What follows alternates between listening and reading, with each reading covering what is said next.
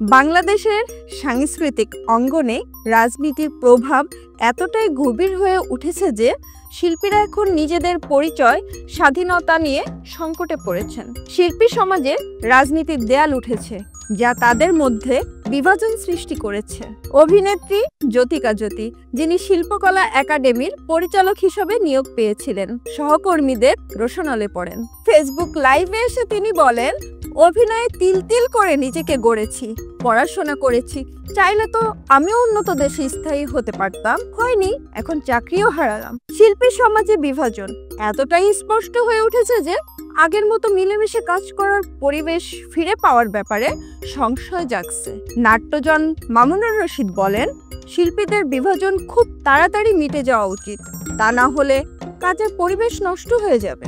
Curator ও লেখক আমিরুল রাজীব বলেন, এই দেশে লুটেরা আছে, ছাত্রতা যারা করেছে তারা আছে, ফলে আমাদের লড়াই শেষ হয়ে যায়নি। আমরা শিল্পীরা কি পারবো নিরাপদে কাজ করতে? আমরা শিল্পীদের কাজের পরিবেশ গড়তে লড়াই চালিয়ে যাব। শিল্পীদের মতে রাজনীতির প্রভাব থেকে মুক্ত পরিবেশ নিশ্চিত করতে সংস্কারের প্রয়োজন।